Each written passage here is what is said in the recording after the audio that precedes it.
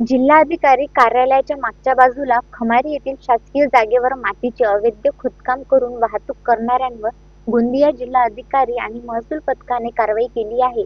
या कारवाईमध्ये एक जेसीबी मशीन व 5 ट्रॅक्टर जप्त करण्यात आले। यामध्ये 2 ट्रॅक्टर हे मातीने भरून आहेत।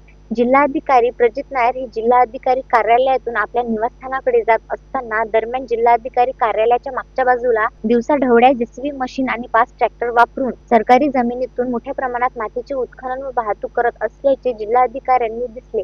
जिल्हाधिकाऱ्यांनी तात्काळ या संदर्भात विचारणा केली असता सदरचे उत्खनन हे अवैध असल्याचे लक्षात येतात तहसीलदार श्रीकांत कांबळे आणि त्यांच्या पथकाला बोलावून या उत्खननाविरोधात कारवाई करण्याचे आदेश दिले। सदरचे जेसीबी मशीन व 5 ट्रॅक्टर हे जिल्हाधिकारी कार्यालयामध्ये जमा करण्यात आलेले आहेत। Sunil Kawade, the sting operation news, Gondia. The sting operation news, सत्याचे दुसरे नाव, अन्यायावर लेखणीचा घाव।